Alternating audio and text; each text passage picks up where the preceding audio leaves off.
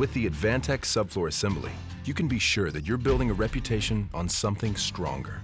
And the best builders, well, they may always stand apart, but they never stand alone.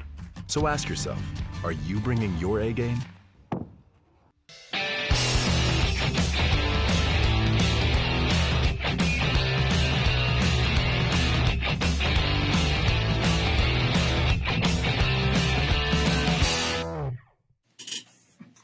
Hey everybody, welcome back to the studio here. Steve Basic, architect, and we're talking before the build, Hilltop Aarow project. And today is one of your favorite subjects. I know it is, roof framing plan. There's a lot of information that we have to transfer because not only is the GC and framer getting some information, but in this house here, we did manufactured roof trusses. So there's a bunch of information that we had to pass on to the truss manufacturer and go from there. So anyways, let's dive in, let's have some fun, and let's talk roof framing.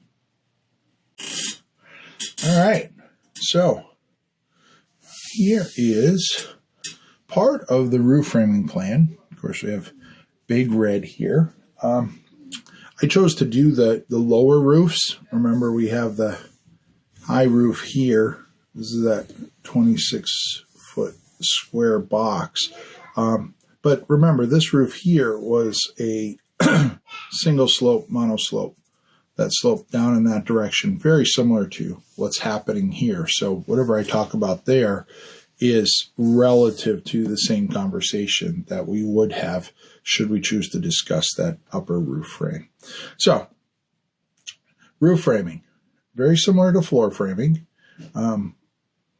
That you're trying to provide information to a multiple of people, the general contractor, who then provides the information to the truss manufacturer. In this case here, we are using wooden roof trusses. They're on a 24-inch on center, which means that every 2 feet, we have a wooden truss, and you can see those layouts are called out here, 2 feet, 2 feet, 2 feet.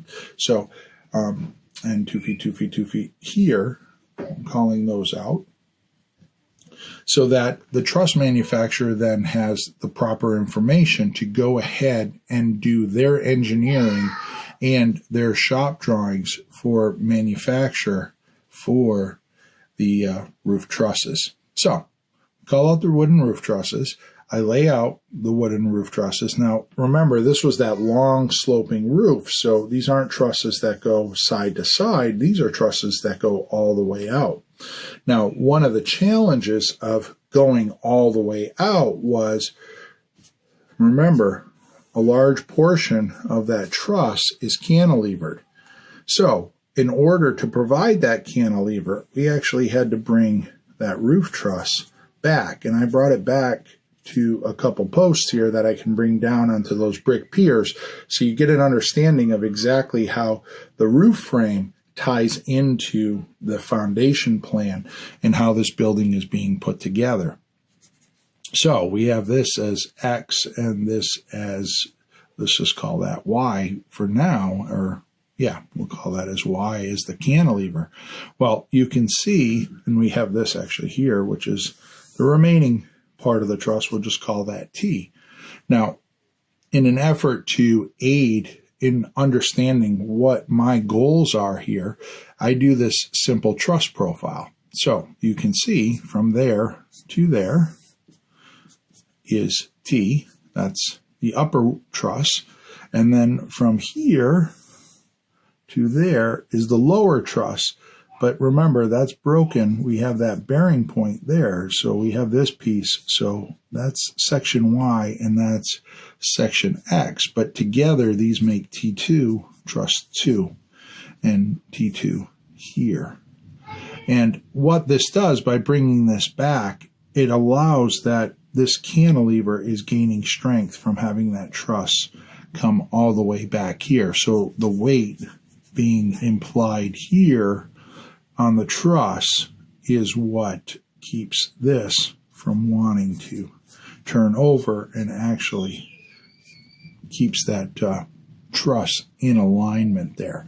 And then we have that simple girder truss. And what a girder truss is it's just suggesting that the load that comes in on these trusses comes into that girder truss. And the girder truss then takes the load all the way over to these two columns. It splits the load. And then these two posts then take that load down into the foundation, and the foundation resists that load. And of course, that's why the building stands up. So a couple other things on roof framing. You can see that we have our, what I call the rake overhang, and that is clearly called out as a 12-inch rake overhang there. It's called out as a 12-inch rake overhang there. So the rake overhang is the portion of roof that when you have the wall coming up and you have the roof truss here, that is the section of roof that overhangs from the wall to the edge of the roof, and this being inside the attic space there. So that is the rake overhang. And again, all these things are fully dimensioned. I don't have a problem if engineering at the truss company has to tweak this a little bit to or modify it. These are just dimensions that are basically showing my initial intent so that the structural engineer can review it, the engineering people at the truss manufacturing, they can review it and get a sense of what I want to do to make sure that what in fact I want to have happen can happen. You can also see over on the smaller roof here, we also have the same truss profile. This one's a pretty simple one that we have a bearing point there, and it's a monoslope. In both cases here, you'll see there's these little numbers there. That is basically 1 in 12. So that is showing the slope. What it is suggesting that for every 12 inches we go over, we go up 1 inch. So when we say 1 in 12, it is the vertical rise over the run. So 1 in 12 is how we descriptively call out the slope of a roof system. So we have the 1 in 12, we have the roof profile. You can see it's a flat ceiling there. It's all fully dimensioned. Again, we have the rake overhang here, rake, and that is the 12 inches. But over here, we also have what is called the eave overhang. So the eave overhang is where you have the wall and you have the roof cord, truss cord coming up. That is the overhang that goes from the wall to the edge of that truss. And so we have the eave overhang on the high side, but down on the low side where you have the wall, you also have the eave overhang on the low side. And so in both cases, those are 24 inches, and that's clearly defined there and there. Now, one of the last pieces of information on a roof framing plan is we have the walls below, you can see, supporting those trusses there, there, there, there, across here, and across here. But notice that there is a void here, right? We'll just call that V. And there's a couple smaller voids here. And what those are is those are the window locations, right? We have a window there and there. So the window, because it's glass, can't really support the roof structure. So we have to put in a header in the framing. So in this case here, you see we call it out header A, header B. And then in the construction drawings, I actually have a legend where it describes what a header A is and what a header B is. And or D in this case, header A, you can see they're sprinkled wherever I have a window, header B.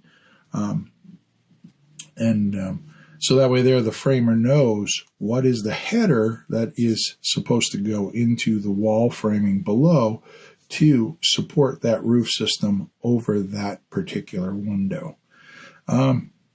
Yeah, as far as roof framing goes, that is the roof framing plan. So hopefully you enjoyed that.